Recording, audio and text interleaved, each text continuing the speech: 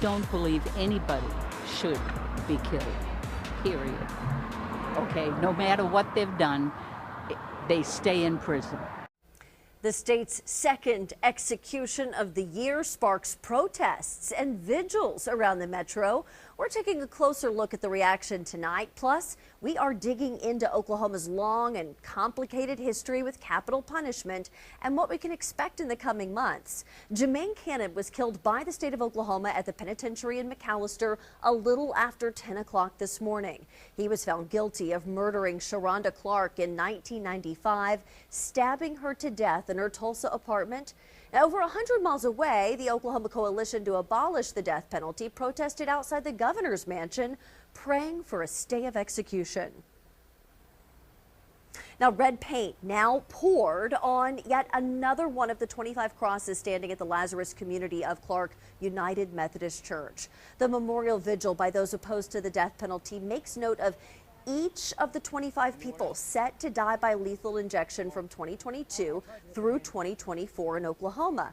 Jermaine Cannon is the sixth to die of those 25. A little over a year ago, we planted in our front yard of the church 25 crosses. They're quite large in opposition to this spree that the Oklahoma government has insisted on executing 25 people. We've put up 25 crosses. And for each person that is executed, we paint one of those crosses red as a sign of bloodshed. Oklahoma has a long and controversial history when it comes to executions. From 1976 to 2015, the state conducted 112 executions, but several issues were reported. Now, in April of 2024, Clayton Lockett writhed in pain on the gurney as Oklahoma used the surgical sedative midazolam for the first time during an execution. He died 43 minutes later. Now, as a result, a group of inmates filed a lawsuit that June challenging the state's execution protocol, calling it unconstitutional. In December of 2014, a federal judge ruled it constitutional, but the issue of midazolam being used in execution was taken up by the U.S. Supreme Court. Now, when Charles Warner was executed in January 2015, it took 18 minutes for him to die, and he was heard saying, "My body is on fire." And then in June, the Supreme Court upheld the state's use of midazolam during executions. On September 30th of 2015, prison officials prepared to execute Richard Glossip, but the State Department of Corrections received the wrong drug. All executions were put on an indefinite hold in October of 2015. Days later, an autopsy report found the wrong drug was used to execute Warner. And in May of 2016, an Oklahoma grand jury issued a report citing dozens of errors made during executions. And in April of 2017, a bipartisan commission recommended extending the moratorium until major changes were made to the state's capital punishment system. Now, fast forward to February 2020. Officials announced plans to resume executions using a 3-drug lethal injection protocol. It is our duty as state officials to obey the laws of the state of Oklahoma by carrying out this somber task. It is our obligation to discharge this responsibility in an effective and humane manner that adheres to the 8th Amendment's prohibition against cruel and unusual punishment. In September of 2021, the Court of Criminal Appeals once again scheduled execution dates. John Grant was put to death by lethal injection on October 28, 2021, the state's first execution in more than 6 years. 3 more inmates were executed in the following months. Now, in February of 2022, a federal trial began with dozens of death row prisoners challenging Oklahoma's controversial execution protocol. The judge ruled that protocol constitutional in June of 2022. And then a month later, execution dates were set for 25 death row inmates, with an execution scheduled nearly every month from August of 2022 through December of 2024. 3 inmates were executed between August and November. And now to this year. In January, Attorney General Gittner Drummond filed a motion just days after he was sworn in to slow the state's execution schedule. The Oklahoma Court of Criminal Appeals granted that motion on January 24th, pushing back several execution dates. 2 executions have taken place so far this year. Scott Eisenberg in January, and then today, Jermaine Cannon. Now, the Oklahoma Coalition to Abolish the Death Penalty released a statement on today's execution saying Jermaine Cannon was nearly blind and nearly deaf and was likely to die in less than a year due to an autoimmune disease. Executing a sick and dying man is not justice, it is cruelty. Attorney General Gentner Drummond also issued a statement after Cannon's execution. It says in part, justice was served this morning for Sharonda Clark with the execution of her murderer. He hopes this can bring some measure of peace to Sharonda's family members and to the friends who loved her. An Oklahoma lawmaker is leveling serious allegations concerning the State District Attorney's Council and Pardon and Parole Board.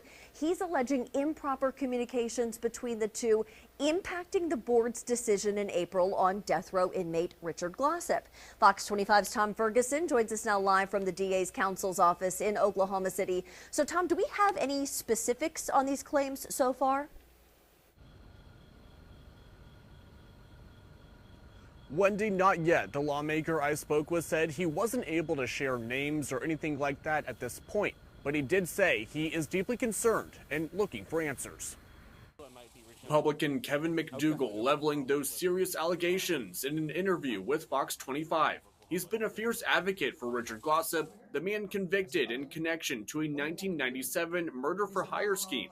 Prosecutors say Glossip was behind getting Justin Sneed to murder his former boss and motel owner Barry Van Trees in Oklahoma City. Glossip has maintained his innocence. He and his supporters have also argued that he never had a fair trial.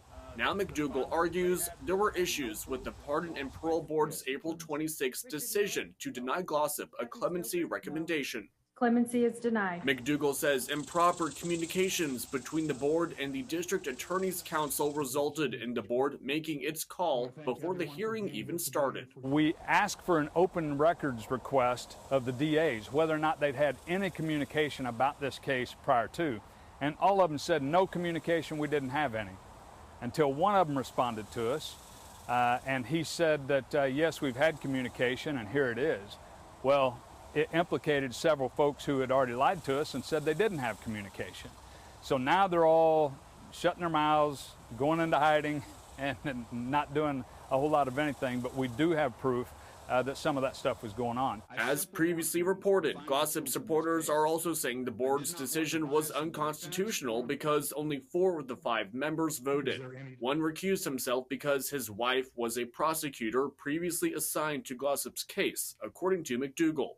He's also highlighting other issues with the trial that he says deprived Glossip of justice. State destroying evidence, with missing videos, with coercion during the interviews, all of those things put together make a terrible case, right? Years ago, they used to get away with that kind of stuff, and now we're calling people out on that. This as Glossip's attorneys filed new documents with the Supreme Court as of Wednesday. They're currently waiting to find out what the High Court decides to do with the case after agreeing to review it. Richard Glossip is excited that it's before the Supreme Court. He's been fighting for this for a long time.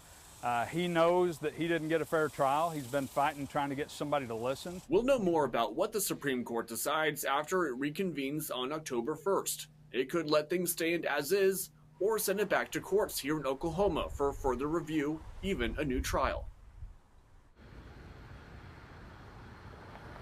And I did reach out to both the DA's Council and the Pardon and Parole Board for comment. Now, the director of the Parole Board tells me in a statement, quote, "I am confident that Richard Glossip received a fair hearing in compliance with all applicable laws and administrative rules. I was not able, however, to get a hold of anyone here at the DA's Council despite multiple attempts to make contact. The family of Barry Van Trees has maintained Glossip's guilt in connection to the case." Reporting in Oklahoma City, Tom Ferguson, Fox 25 News. All right, Tom, thank you. And thank you for watching tonight's Big Story Breakdown. You can find all of our coverage of the death penalty in Oklahoma and the state's scheduled executions on OKCFox.com.